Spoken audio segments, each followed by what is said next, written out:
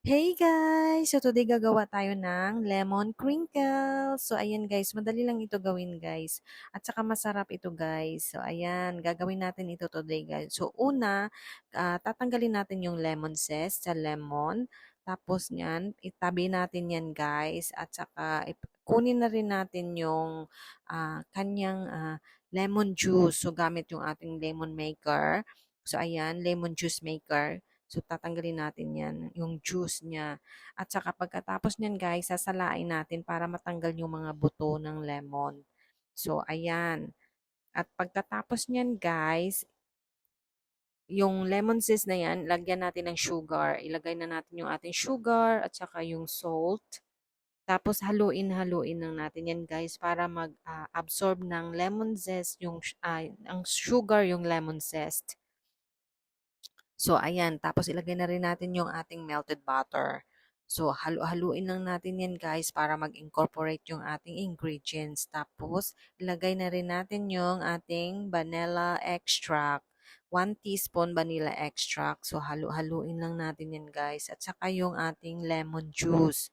So, ilagay na rin natin yung lemon juice. So, i-mix lang natin yan guys hanggang mag-incorporate yung ating ingredients at saka yung ating isang pirasong itlog. Ilagay na rin natin yung 1 piece egg. Tapos, i-mix lang yan guys. So, ayan. At pagkatapos niyan guys, pag nahalo na lahat guys, ilagay na rin natin yung ating cake flour.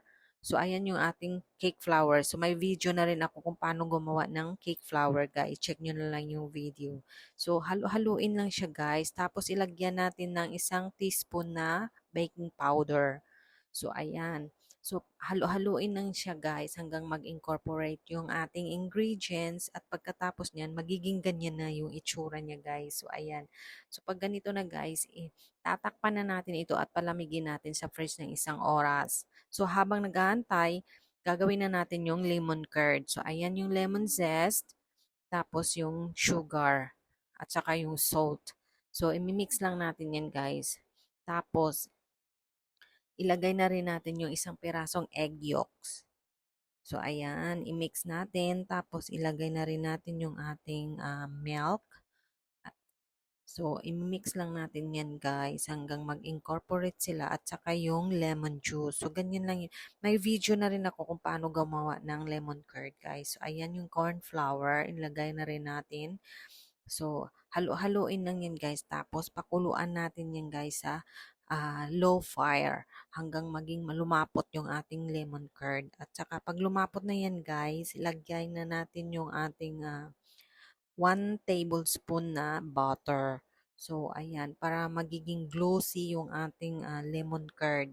So, ayan, haluin lang yan guys. At pagkatapos niyan guys, i-transfer natin sa bowl at palamigin natin at ilagay natin sa piping bag para sa ating lemon crinkles mamaya. So ayan guys, ifo-form na natin yung ating cookie butter into a bowl. So gamit yung ating kutsara, 2 kutsara guys. So kasi ititimbangin natin yung bawat cookie, nagtitimbang siya ng 20 grams guys. So ititimbangin natin para magkasing laki lahat guys. Pare-pareho yung laki nila.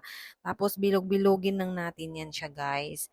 At pagkatapos niyan guys, lagyan natin ng, isusok natin sa powdered sugar. Ayan, powdered sugar yan siya guys. Tapos, ganyan lang siya guys. So, pagkatapos natin gawin, ganyan na yung lahat guys. So, bago natin i-bake yan guys, gamit yung kutsarita o teaspoon, ayan, gagawa tayo ng hole sa gitna dahil dyan natin ipapipe mamaya yung ating lemon curd. So, ganyan lang siya guys. Kailangan lang natin lagyan ng hole sa gitna. Tapos, i-bake na natin ito sa 170 degrees for about 15 minutes. So, ayan. Ready na yung ating lemon crinkles. So, ayan guys. Ipapipe na natin sa gitna yung ating lemon curd. So, ayan yung lemon curd natin guys. So, ipapipe lang natin yan sa gitna ng ating lemon crinkle. So, ayan guys. Ang sarap nito guys kasi hindi nakakaumay. Nag-aagaw yung tamis at saka yung asim ng lemon. So, hindi ka mauumay pag kinain mo ito guys. So, ayan. Ang sarap-sarap nito guys. So, sana magustuhan nyo ito guys. So, ganyan yung loob nyo guys. So, napaka floppy, soft, and moist. So, ayan. Hey guys! So today, titikman natin guys. Ang sarap, di ba? Ang sarap nito guys. Super. Tignan nyo guys. Ang sarap guys. Super.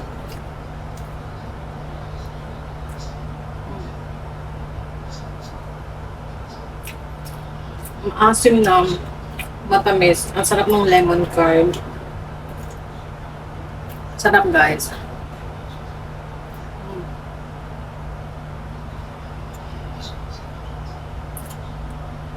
Masarap super.